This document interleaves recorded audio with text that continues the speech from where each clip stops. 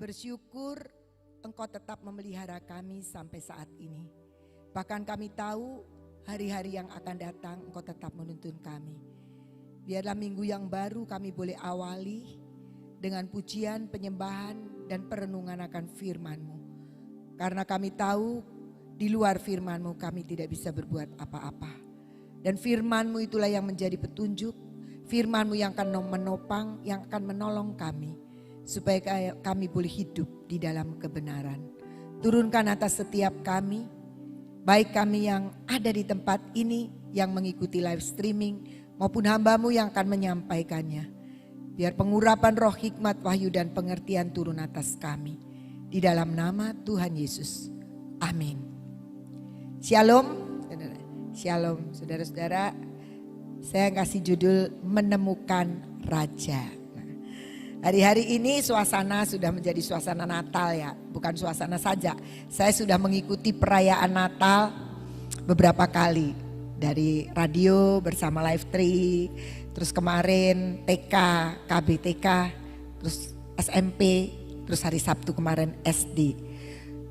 Kita sudah dibawa dalam suasana Natal. Dan saya melihat bahwa luar biasa ajaib sekali ketika kita boleh merenungkan sebenarnya Natal itu apa. Dalam persiapan yang lalu saya membaca Natal itu sebenarnya awalnya dari bahasa Portugis yang artinya kelahiran. Tapi saya tidak ingin membicarakan tentang itu, saya ingin kita kutip aja dari Matius 2 ayat 1 dan 2. Matius 2 ayat 1 dan 2 tentang orang Majus.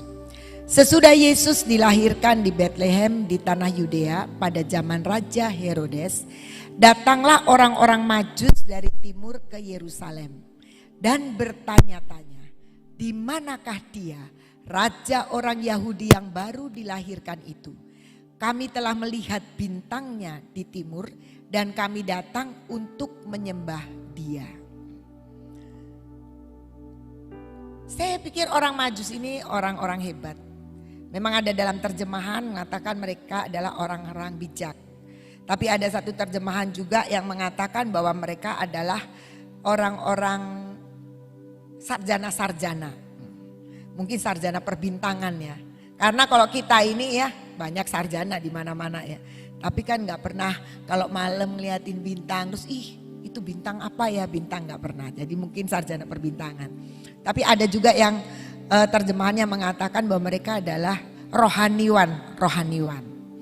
Tapi siapapun mereka yang disebut orang Majus itu, mereka adalah orang yang menemukan sebuah bintang yang berbeda. Ketika mereka melihat satu bintang itu, mereka pikir ini bintang beda sekali ya. Dan kemudian mereka mulai menyelidiki bintang ini, sepertinya bintang ini menjadi sebuah tanda. Tanda apa? Tanda sesuatu. Dan mereka mendapatkan bahwa ada raja ini yang lahir. Dan kemudian kita melihat, kalau kita semua sudah dengar ya dari sejak kecil ya. Kalau orang Majus ini kemudian berjalan menuju mencari arah di mana bintang itu ada. Walaupun sempat kehilangan jejak.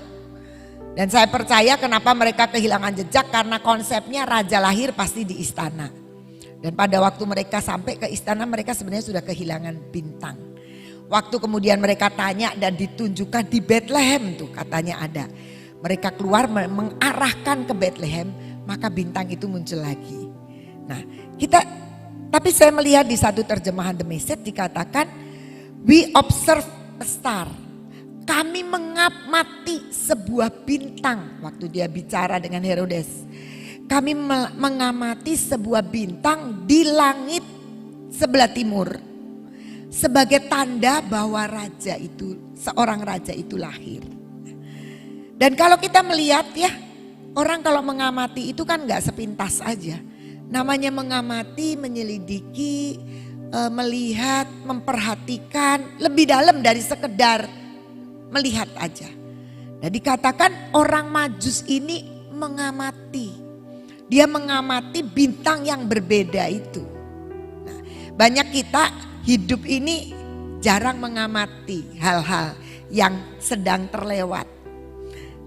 Dulu ya seorang bapak pernah bicara begini sama saya. Hidup ini sekedar melewati waktu. Jadi hidup ini cuma melewati waktu, ya betul sih, nggak salah bahwa kita sedang berjalan melewati waktu. Tapi apakah ketika kita berpikir bahwa hidup ini melewati waktu, ya sudah dilewati aja. Apa yang mau terjadi ya terjadilah. Kan tidak seperti itu. Ada maksud dari pencipta untuk satu tujuan dan kehidupan kita. Kita kalau bikin sesuatu nggak pernah iseng-iseng kan.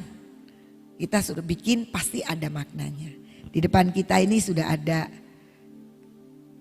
pelita. Pelita pasti ini dibuat bukan iseng. Ibu Nani bilang ke tim properti, bikinin pelita besar. Buat apa? Ya supaya indah aja nih gedung nih. Enggak kan? Pasti ada tujuannya. Nah demikian juga dengan Tuhan. Tuhan mengingini hidup kita itu bukan sekedar melewati waktu. Tapi kita, hidup kita ini dipanggil untuk menemukan Raja. Yesus datang sebagai Raja, sebagai Tuhan, sebagai Juru Selamat, gak iseng. Tapi dia benar-benar punya tujuan untuk setiap manusia kita menemukan dia. Untuk mendapat keselamatan. Jadi kita melihat di sini bagaimana orang Majus ini menemukan Raja. Karena sebuah pengamatan. Dan pengamatan yang diberikan oleh Tuhan yaitu bintang. Jadi kita bisa melihat bahwa hidup kita untuk bisa menemukan Raja di atas segala raja. Gak bisa sambil lalu. Harus mulai mengamati sehingga hidup kita akan diisi dengan perkara-perkara yang ajaib dari Tuhan. Kalau enggak nanti hidup kita coba sekedar melewati waktu. Kok tahu-tahu tua ya? Terus ketika kita menoleh ke belakang enggak jelas apa yang kita lakukan. Enggak ada hasilnya yang kita lakukan. Karena kita tidak pernah serius mengamati sebuah kehidupan. Mazmur 37 ayat 25 sampai 26. Lompat ya adik. Mazmur 37 ayat 25 dan 26. Daud bilang begini, dahulu aku muda, sekarang telah menjadi tua, tetapi tidak pernah kulihat orang benar ditinggalkan atau anak cucunya meminta-minta roti. Tiap hari ia menaruh belas kasihan dan memberi pinjaman, dan anak cucunya menjadi berkat.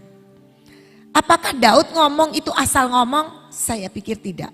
Saya yakin 100% Daud mengamati akan kehidupannya. Kehidupan dirinya sendiri, kehidupan orang lain yang ada di sekitarnya. Dikatakan dulu aku muda, sekarang sudah pasti lebih tua ya.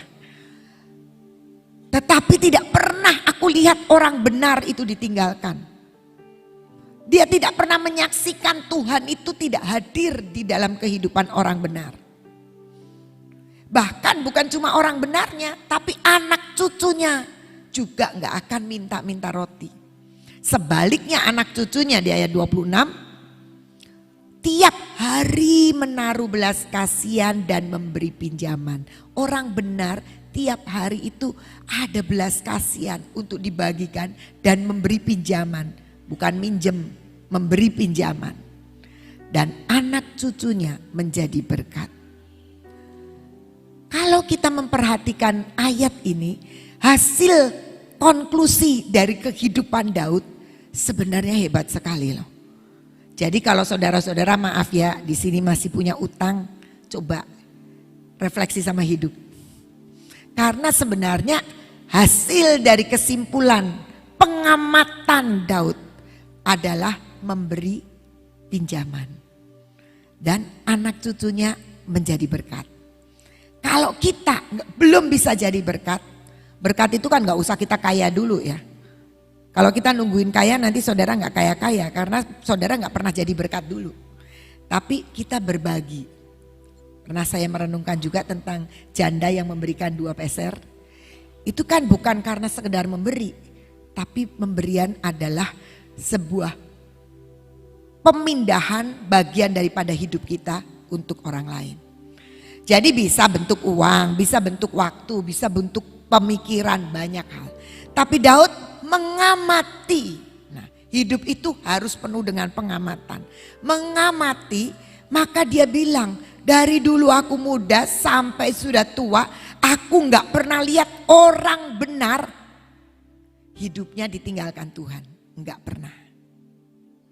Jadi kalau saudara merasa kok Tuhan gak ada ya dalam hidupku, ya ayo introspeksi. Bagaimana hidup kita, jangan nyalain Tuhan. Tuhan pasti begini, ini kesimpulan dari seorang Daud. Dan saya percaya itu terjadi dalam hidup kita. Tapi melalui apa? Sebuah pengamatan. Jadi hidup kita itu bukan hidup sekedar melewati waktu. Tapi hidup kita ada hidup yang penuh dengan mengamati apa yang sedang terjadi. Saya belajar mengamati apa yang sedang terjadi dengan pandemi ini. Khususnya bukan cerita itu, khususnya dalam dunia pendidikan aja. Tiba-tiba dunia pendidikan dikagetkan dengan pandemi. Di mana bingung, anak-anak gak boleh sekolah. Saya masih teringat sekali pada waktu itu saya di rumah hari Minggu. Kepala sekolah maksa datang ke rumah saya. Saya mau ketemu Miss. Dan ketemu. Dan mereka itu ternyata habis dipanggil oleh wali kota dan dinas pendidikan. Dan menentukan mulai besok hari Senin sekolah tutup. Itu sangat mengagetkan kepala sekolah. Karena waktu itu COVID itu datang. Gitu ya. Nah ada satu kepala sekolah SD yang waktu itu ada tes tengah semester ya, PTS. Jadi kurang 2 hari. Jadi dia bilang udahlah Senin masuk untuk tes. Yang dari unit lain, jenjang lain sudah selesai. Hanya tinggal SD. Senin atau kurang Senin aja atau Senin dan Selasa saya lupa. Jadi mereka ini diskusi yang kepala sekolah yang lain udah nurut aja. Stop. Itu mengagetkan. Dan setelah itu berpikir stop 1 bulan. Ternyata 1 bulan, 2 bulan, 3 bulan sampai sekarang ya. Ini ada tatap muka terbatas. Kalau kita mengamati, kita bisa mengamati, wah anak-anak sekarang jadi sekolahnya, ini orang tua juga banyak. Waduh anak saya sekarang dulu gadget gak boleh pegang, hanya boleh Sabtu Minggu, sekarang Senin sampai Senin lagi harus pegang gadget. Karena mereka sekolah online. Tapi kalau kita mengamati, saya sedang mengamati bagian-bagian dari pihak guru ya. Guru kami ini dipandang sama orang tua gak ada kerjaan, apalagi guru TK. Wah katanya kerjaannya apa, wah anaknya online semua. Ternyata kalau saya mengamati ajaib, mereka menemukan raja di atas segala raja. Mereka mulai banyak berdoa bagaimana mereka memberi konten pembelajaran yang sangat berbeda. Dan saya melihat sama seperti Daud mengatakan, tidak pernah aku melihat orang benar ditinggalkan. Sama itu terjadi. Di sekolahan juga tidak pernah aku melihat sekolah yang cari Tuhan. Setiap pagi guru-guru cari Tuhan. Devotion, memberi devotion buat siswa-siswa. Tetap ada. Ditinggalkan. Terbukti kemarin. Saya baru menyaksikan 3 Natal. Natal kelompok bermain ya. PG dan TK. Ajaib sekali. Mereka bisa menampilkan siswa-siswa loh. Tapi semua dengan rekaman film. Jadi orang tua yang mau tatap muka digilir anak-anaknya. Mereka ada gerak lagu, semua anak-anaknya tampil. Dan guru-gurunya main drama live. Kalau guru-gurunya main dramanya live. Dan itu ditayangkan dan mereka itu sebelum Natal mereka datang ke saya. Miss Ina, biasa kami ini kan kalau Natal di lantai 1. Boleh enggak sekarang kami itu di lantai 2? Oh bentar saya minta izin sama Ibu Nani. Dan Ibu Nani bilang boleh. Dan mereka tayangkan dengan luar biasa ya. Hebat sekali memang kita punya layar yang lebar begini. Kayak nonton di bioskop, luar biasa bagus. KBTK. Kemudian hari kedua SMP lagi Jumat. Saya melihat, menyaksikan. Saya sengaja gak mau ngelihat latihan, nanti gak surprise kan. Saya melihat, ajaib sekali. Mereka bikin drama, anak-anak yang tatap muka. Memang ada beberapa anak-anak yang memang sudah banyak, kalau anak SMP gitu juga banyak yang tatap muka terbatas. Kelasnya dibagi-bagi, wah kocar-kacir lah, gurunya itu sekali pelajaran bisa 4 guru harus masuk. Karena sekolah dibagi separuh-separuh, tapi semuanya bisa berjalan dengan rapi. Dan mereka memberikan persembahan ibadah dan perayaan Natal yang menurut saya hebat sekali. Berbeda versi dengan KB dan TK. Dan hari Sabtu kemarin SD bikin, beda lagi. Ya ketemu sama anak SD kan beda, anak SMP beda, anak TK beda. Mereka juga ada drama lagi. Dan hebatnya lagi ada giveaway, bagi-bagi hadiah. Saya pikir mereka duitnya banyak sekali ya. Kan cuma uang, sebenarnya cuma uang kegiatan. Mereka kurang memang uang kegiatan. Tapi mereka bisa bagi-bagi giveaway itu banyak. Dan sebenarnya sisanya masih banyak tapi waktunya kurang. Bisa bagi-bagi yang bikin heboh dan bikin sukacita bukan anaknya saja. Mamahnya juga seneng. Karena ada kompor, ada fan, ada panci 1 set. Ya mamahnya seneng. Ada token, saya bilang kalau token ya yang seneng mamahnya. Ya kan, token listrik maksudnya. Tapi ada juga yang bagian untuk anak-anak. Kenapa mereka bisa menemukan konten-konten yang seperti itu? Karena mereka menemukan raja. Tidak sia-sia dari sejak berdirinya sekolah ini, setiap hari guru mendapatkan makanan rohani. Mengawali pekerjaan mereka. Mereka harus menemukan Tuhan, ketemu Tuhan. Dan banyak sekali yang saya nggak ceritakan di sini. Bagaimana guru-guru itu mengalami Tuhan dengan luar biasa. Tapi itu semua tidak bisa tiba-tiba. Harus ada sebuah pengamatan, pengalaman hidup. Bagaimana Daud juga bilang, Daud menyimpulkan ini yang kita baca hanya dalam beberapa detik ayat ini. Dia menemukan konklusi ini ketika dia bilang dari muda sampai tua. Artinya hidupnya dia terus mengamati di mana raja itu ada dan apa yang sedang dilakukan oleh raja di atas segala raja. Yeremia 29 ayat 12 sampai 14 bagian A dikatakan demikian. Dan apabila kamu berseru dan datang untuk berdoa kepadaku, maka aku akan mendengarkan kamu. Apabila kamu mencari aku, kamu akan menemukan aku, kata Tuhan. Apabila kamu menanyakan aku, Tuhan, dengan segenap hati, aku akan memberi kamu menemukan aku. Demikianlah firman Tuhan, dan aku akan memulihkan keadaanmu. Jadi saudara-saudara, kita bisa lihat di sini bagaimana sebenarnya raja di atas segala raja itu gak sulit untuk ditemui. Bilang kalau aku berseru-seru maka Tuhan akan mendengar seruanku. Kalau kamu mencari aku maka kamu itu pasti nemukan aku. Persoalannya kalau sampai sekarang kita berpikir Tuhan itu mana, buktinya gak ada. Berarti kita tidak nyari sungguh-sungguh. Karena dikatakan kamu pasti menemukan aku. Bahkan Tuhan bilang aku akan memulihkan. Sedang hadapi.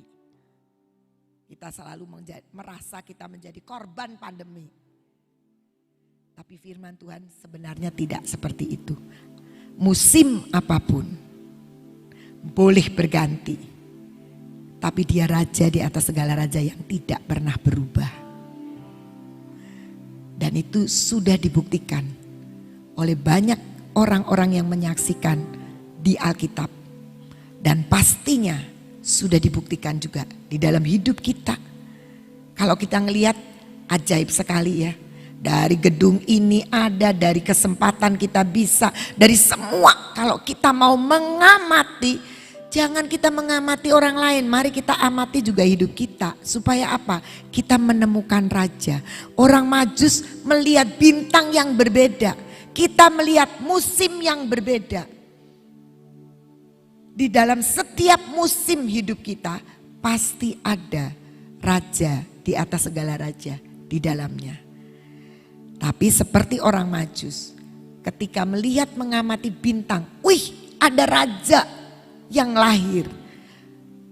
Bukan langsung liatin bintang, tapi pikirannya langsung pasti istana.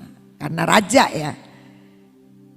Dan ternyata salah, adanya di kandang domba. Jadi setiap hari kita harus mengamati dan melihat pimpinan Tuhan. Hari demi hari, apa yang Tuhan mau lakukan. Ibu Nani sudah dapat tahun 2022 adalah tahun kegelapan. Musimnya berbeda lagi kan. Mungkin ada yang ngomong begini, wah pandemi aja wis gelap kok ya. Kok sekarang masuk tahun 2022 gelap lagi.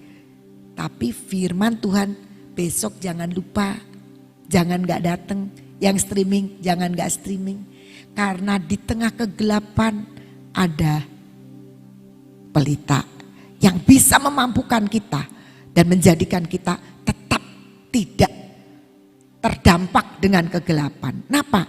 Kalau kita sendiri punya pelita yang menyala, ya kan berarti gak gelap kitanya. Nah, jadi mari kita belajar mengamati kehidupan ini. Jangan, ya sudahlah tahun 2022 gelap, ya sudah dilewati aja. Toh bareng-bareng ini, enggak sendiri-sendiri. Kemarin saya ketemu dengan seorang ibu yang dia bilang begini, pandemi kesulitan apapun juga, ya ngapain ya kita itu takut ya wong bareng-bareng kok.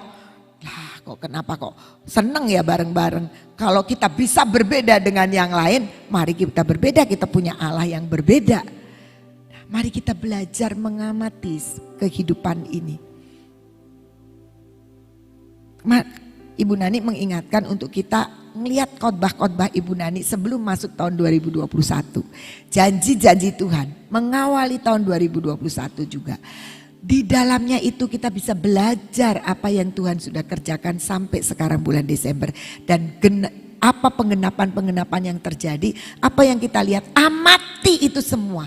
Seperti Daud mengatakan, dari muda sampai tua, aku tidak pernah lihat orang benar ditinggalkan. Saya percaya kita semua tidak ada yang ditinggalkan kan. Kita sehat-sehat aja, baik-baik aja sampai saat ini. Tapi saya percaya ada sesuatu yang jauh lebih besar. Bukan hanya untuk diri kita. Bahkan kalau Daud mengatakan dia mengamati sampai ke anak cucunya. Diberkati oleh Tuhan. Matius 7 ayat 7 sampai 8. Mintalah maka akan diberikan kepadamu. Carilah maka kamu akan mendapat. Ketoklah maka pintu akan dibukakan bagimu. Karena setiap orang yang meminta menerima. Dan setiap orang yang mencari mendapat. Dan setiap orang yang mengetok baginya pintu dibukakan. Artinya ya, dikatakan di dalam ayat 7-nya, minta itu berarti kita yang aktif. Jangan sebagian orang berpikir gini, kan Tuhan tahu, ngapain kita mesti ngomong lagi, kan Tuhan maha tahu. Tapi dikatakan firman-Nya mengatakan minta, berarti ada bagian kita yang harus disampaikan kepada Tuhan. Cari, orang nyari itu berarti bukan saya nyari HP tapi kelihatan HP-nya di sini, enggak. Hari ini sebenarnya saya sedang nyari notes saya dan belum ketemu sampai hari ini. Tadi malam saya sudah cari, notes itu adalah catatan semua renungan-renungan yang saya bagikan di PW ini. Jadi selalu saya urut, saya catat di situ gitu ya. Ini ganti jadi note-nya baru. Enggak ketemu. Walaupun saya sudah nyarinya wah sampai ke laci-laci kemana-mana, sampai ke tempat yang saya tidak mungkin taruh sebenarnya. Tapi saya cari, tapi itu namanya mencari. Jadi mencari itu bukan ketika kita lihat HP sudah ada di meja terus kita cari HP, enggak. Mencari itu pasti ke tempat-tempat yang agak tersembunyi dan mungkin itu membutuhkan waktu, membutuhkan tenaga, membutuhkan pikiran, membutuhkan pergumulan, mencari. Dan dikatakan ketok pintu. Ketok pintu itu berarti ada sesuatu yang nanti akan dibukakan oleh Tuhan. Dan pasti Tuhan akan bukakan. Karena bagi orang yang minta, dia akan menerima. Bagi orang yang mencari, dia juga akan menemukan. Dan bagi orang yang mengetok, baginya pintu dibukakan. Jadi mari kita belajar, hidup ini bukan sekedar melewati waktu. Tapi hidup kita harus menemukan raja. Dan ketika kita menemukan raja, kita tahu bahwa raja itu akan menyelamatkan, raja itu akan memulihkan, raja itu akan mengubahkan apa yang tadinya kutuk menjadi berkat, apa yang tadinya tidak mungkin menjadi mungkin, apa yang tadinya kita tidak ada menjadi ada, apa yang tadinya kita tidak mampu menjadi mampu. Semua Tuhan sediakan. Mari belajar hidup kita harus menemukan raja di atas segala raja. Walaupun ada anugerah Tuhan yang seringkali juga bisa turun di dalam hidup kita. Kita buka Lukas 2 ayat 8 sampai 11. Lukas 2 ayat 8 sampai 11. Ini cerita gembala-gembala. Kalau tadi orang Majus kan ngamati. Kalau gembala-gembala ini mungkin lagi kedinginan, lagi di depan api unggun, sambil jaga domba, lagi santai-santai. Tiba-tiba di daerah itu ada gembala-gembala yang tinggal di padang menjaga kawanan ternak mereka pada waktu malam. Tiba-tiba berdirilah seorang malaikat Tuhan di dekat mereka dan kemuliaan Tuhan bersinar meliputi mereka dan mereka sangat ketakutan. Lalu kata malaikat itu kepada mereka, "Jangan takut, sebab sesungguhnya aku memberitakan kepadamu kesukaan besar untuk seluruh bangsa. Hari ini telah lahir bagimu juru selamat, yaitu Kristus Tuhan di kota Daud." Versi yang berbeda. Kalau tadi orang Majus dia mengamati, dia berjalan mencari.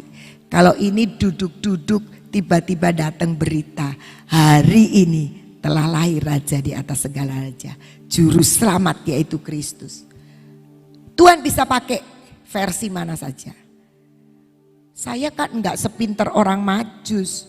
Orang Majus kan mungkin ahli-ahli, dibilang sarjana, dibilang rohaniwan. Jadi lihat bintang yang berbeda, bisa ngerti ada raja. Saya kan bukan mereka, betul. Enggak usah takut. Karena sesederhana gembala yang saya tidak tahu pendidikannya seperti apa, yang ada di padang. Tapi kita lihat respon gembala, langsung bangkit, nggak mikirin dombanya ada di mana. Padahal dia tugasnya jaga. Tapi ada berita yang mengatakan hari ini telah lahir bagimu juru selamat. Mereka langsung bergegas, mereka langsung pergi, mereka langsung mencari. Dan kalau kita lihat di ayat selanjutnya, wah memang benar dikatakan. Kita sudah mendengar apa yang kita dengar dan sekarang saya melihat benar persis seperti yang dikatakan oleh malaikat. Jadi siapapun kita, nggak usah bilang kudu orang pinter, harus orang yang berpendidikan, enggak. Tuhan hadir sebagai raja di atas segala raja. Dia hadir sebagai Tuhan dan juru selamat buat semua lapisan. Nggak usah mikir ini buat yang pinter-pinter, nggak usah mikir. Gembala pun ada dalam perhatian Tuhan. Dan tetapi gembala itu enggak terus duduk-duduk. Ya mana Tuhan? Yang mana? Di sebelah mana? Enggak. Langsung mereka cari seperti yang ditunjukkan. Enak? Enggak enak. Mereka pasti harus mencari itu enggak duduk-duduk.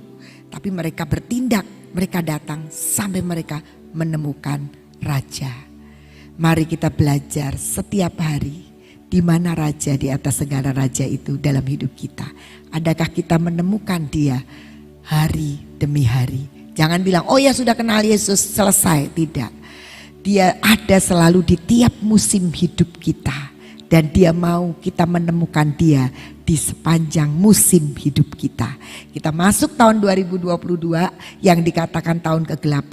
Tapi percayalah, aku adalah terang dunia kata Tuhan. Kita boleh dunia gelap, tapi kita akan menjadi terang buat dunia.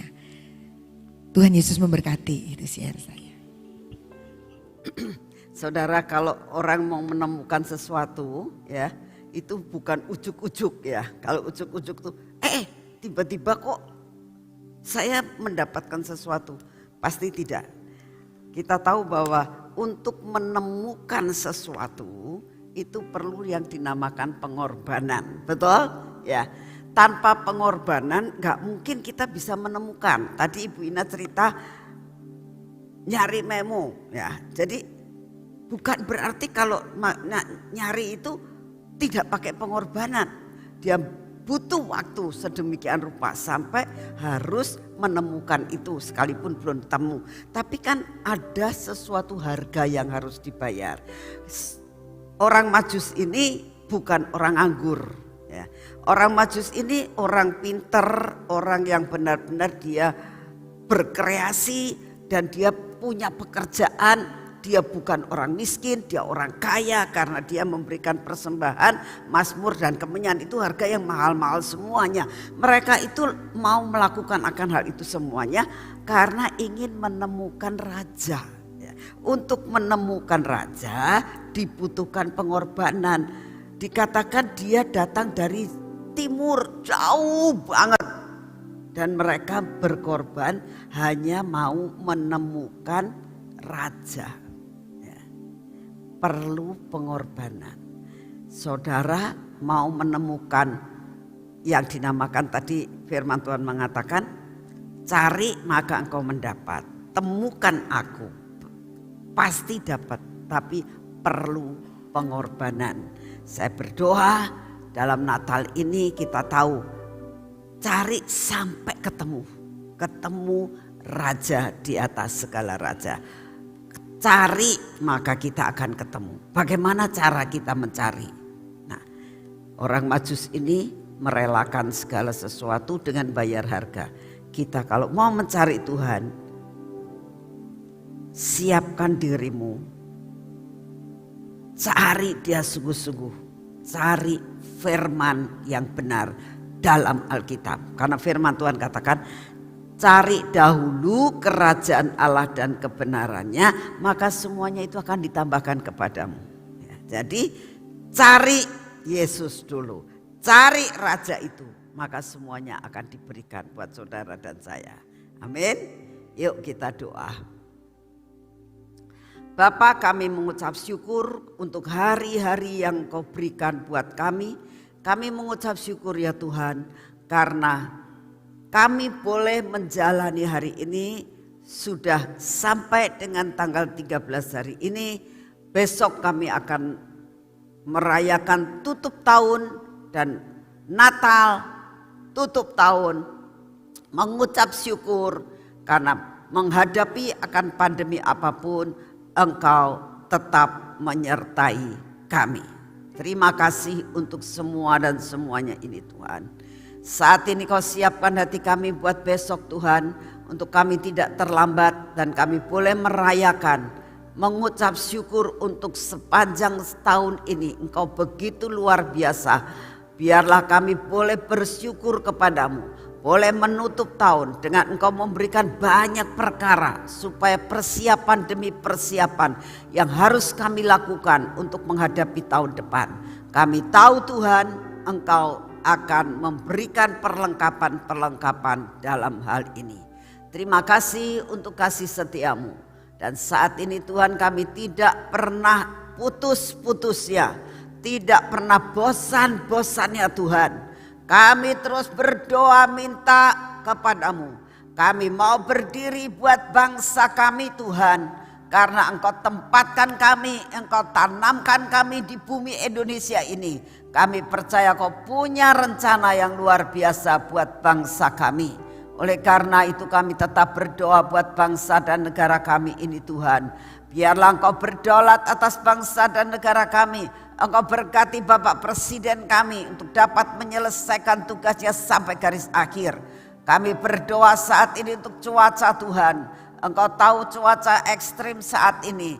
Engkau tahu apa yang terjadi gunung yang di Sulawesi Utara. Engkau terjadi Semeru. Engkau lihat terjadi apa yang terjadi di Merapi.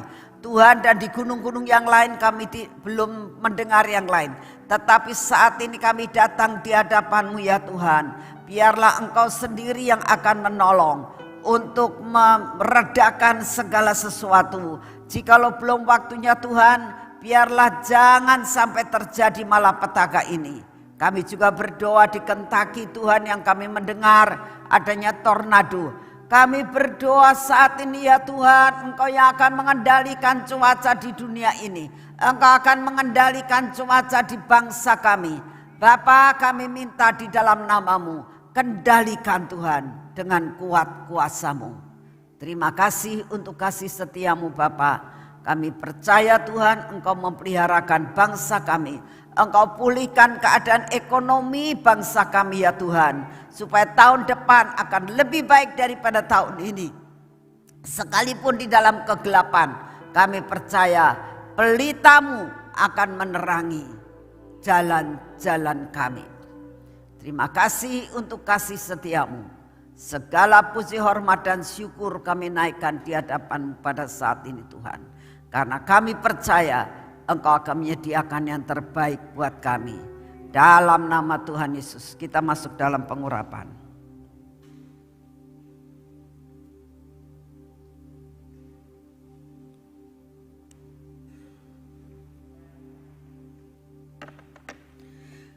Dalam nama Tuhan Yesus, biarlah pengurapan yang kami terima ini membungkus akan seluruh kehidupan kami. Dalam nama Tuhan Yesus, biarlah mata kami dibungkus juga, pikiran kami dibungkus. Dalam nama Tuhan Yesus, telinga kami, pendengaran kami, bibir, mulut kami, dan hati kami. Tuhan, bungkus semuanya supaya kami tetap berjalan dalam rel yang sudah Kau tentukan. Tolong Tuhan, roh ketidakpercayaan kami dan roh keraguan-raguan kami dipatahkan. Kami berdoa saat ini Tuhan, Kau berkati tangan kami, Tuhan, kami dapat melakukan semua pekerjaan yang Engkau berikan kepada kami. Sehingga kami dapat melakukan dengan tuntas Tuhan, bersama dengan Engkau. Dan Kau akan memberkati kaki kami untuk tidak sampai tersandung. Dan kami boleh berjalan dalam jalan-Mu. Terima kasih untuk kasih setia-Mu. Hari ini Tuhan kami mau berjalan bersama-Mu. Dalam nama Tuhan Yesus. Amin. Tuhan memberkati saudara semuanya.